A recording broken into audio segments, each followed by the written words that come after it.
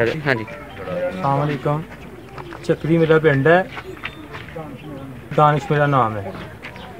ਇੱਥੇ ਸ਼ਰਾਦ ਭਾਈ ਦੀ ਇੱਥੇ ਆਪਸ ਅੰਦਰ ਮੂੰਹ ਮਾਰੀ ਹੋਈ ਹੈ ਤੇ ਲੜਾਈ ਹੋਣ ਨਹੀਂ ਲੱਗੀ ਇੱਥੇ। ਅਸੀਂ ਸਾਰੇ ਲੜਕੇ ਇੱਥੇ ਬੈਠੇ ਹਾਂ। 15 ਦੀ ਕਾਲ ਜਿਹੜੀ ਮੁਲਾਜ਼ਮ ਆਏ ਨੇ ਇੱਥੇ, ਅਸੀਂ ਜ਼ਿਆਦਾ ਲੜਕੇ ਖੜੇ ਤਾਂ ਉਹਨਾਂ ਸਾਨੂੰ ਪੁੱਛਿਆ ਨਮਾਜ਼ ਤੇ ਗਫਾਰ ਆਏ ਨੇ। ਉਹਨਾਂ ਸਾਨੂੰ ਪੁੱਛਿਆ ਤੇ ਕੀ ਹੋਇਆ, ਅਸੀਂ ਲੜਾਈ ਇਹਨਾਂ ਦੀ ਹੋਈ ਤੇ ਕਿਸ ਤਰ੍ਹਾਂ ਹੋਈ ਹੈ ਕਿ ਸਾਨੂੰ ਨਹੀਂ ਪਤਾ ਸੀ, ਇੱਥੇ ਨਹੀਂ ਸੀ। ਮੈਨੂੰ ਉਹਨਾਂ ਨੇ ਇੱਥੋਂ ਖੜਿਆ ਉਹ ਉੱਥੇ ਅੱਗੇ ਜਾ ਕੇ ਕਿਹਾ ਵੀ ਕੀ ਵਜ੍ਹਾ ਹੋਈ ਹੈ। ਮੈਂ ਕਿਹਾ ਸਰ ਮੈਨੂੰ ਨਹੀਂ ਇਸ ਚੀਜ਼ ਦਾ ਪਤਾ ਕੀ ਵਜ੍ਹਾ ਹੋਈ ਹੈ। ਫਿਰ ਥੋੜ੍ਹੀ ਕੁ ਅੱਗੇ ਲੈ ਕੇ ਮੈਨੂੰ ਫਿਰ ਅੱਗੇ ਲੈ ਗਏ ਨੇ, ਉੱਥੇ ਮੈਨੂੰ ਮੋਟਰਸਾਈਕਲ ਬਿਠਾਉਣ ਲੱਗੇ ਨੇ, ਕਹਿ ਰਹੇ ਨੇ ਵੀ ਸਾਹਿਬ ਨੇ ਤੈਨੂੰ ਕਿਹਾ ਵੀ ਉੱਥੇ ਆ।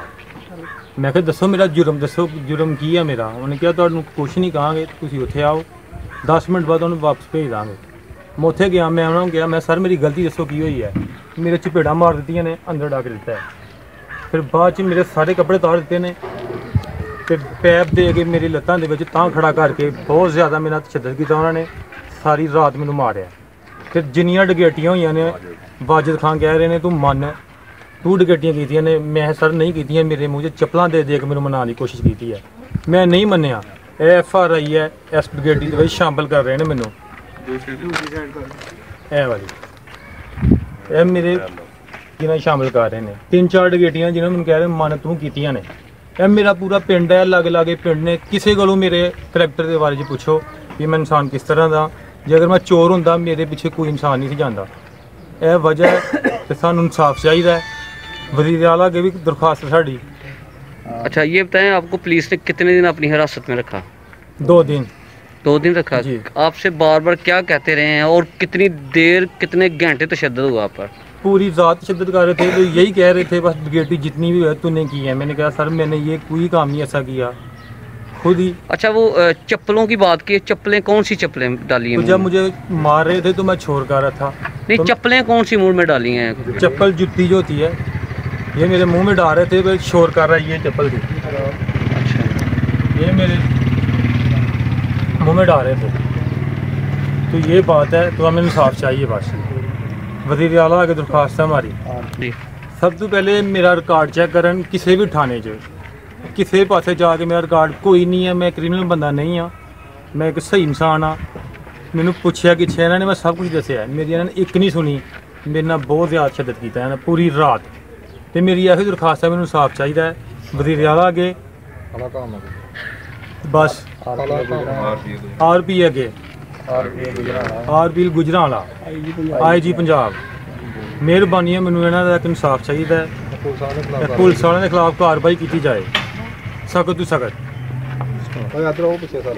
जी मेरी इन्होंने बहुत ज़्यादा मेरे कपड़े उतारे ने, बहुत ज़्यादा मेरी बेइज्जती की है। इंसानियत खत्म कर दी इंसान ने। तो इस तो बड़ी बदतमीजी मैं जिंदगी च किसी इंसान को देखा जिन्नी बदतमीजियां ने पूरी रात मेरे नाल की है। मैं माफिया तरले पैरों तक हथ लाए ने, बहुत ज़्यादा वास्ते पाए ने इस इंसान अगे।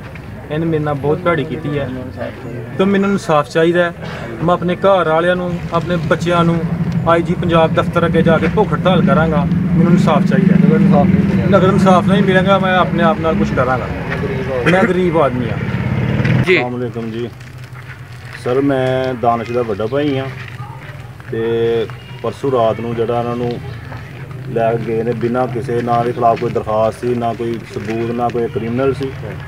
तो सारे ज्यादती की ना, पूरी रात उत्थे जाके तशद्दुद किया, कपड़े उतार के मारे बहुत ज़्यादा। मैं 2 बार चौकी गया, मैनू भी चौकी कर दिया चलो अतु दफा हो जाओ। तो सर असी बहुत माड़े बंदे हाँ। तो साडा प्लीज़ इस चीज़ का ख्याल किया जाए। साडा वज़ीर आला RPO गुजरांवाला IG पंजाब अगे आई अपील है। अस्सलाम वालेकुम। मैं जी एक चक्री का मुकामी आदमी हाँ। तो मेरे मुहल्ले का भी है दानिश। मेरे तो इलावा भी अगर मकामी लोगों को किसी को पूछा जाए तो इसके हवाले नाल किसी किस्म का किसी को कोई भी जड़ा ना कोई यह नहीं कह सकता कि इस बंदे ने किसी अगे तली डाई हो या किसी के घरों खादा हो। अगर भुख कट ली है लेकिन किसी अगे तली नहीं फैलाई। एक नफीस और सादा आदमी सी, हर बंदे की मदद करने वाला सी, लिहाजा ये नाल ज्यादती हुई है। तो इसका इंसाफ होना चाहिए। तो आला काम अगे गुजारिश है कि वो इसकी इंक्वायरी करन और जड़ा सजावार है उन्होंने सजा दी जाए इस चीज़ की। शुक्रिया। हाँ जी। लाठी गोली की सरकार, लाठी गोली की सरकार, पुलिस गर्दी, गुंडागर्दी, गुंडागर्दी।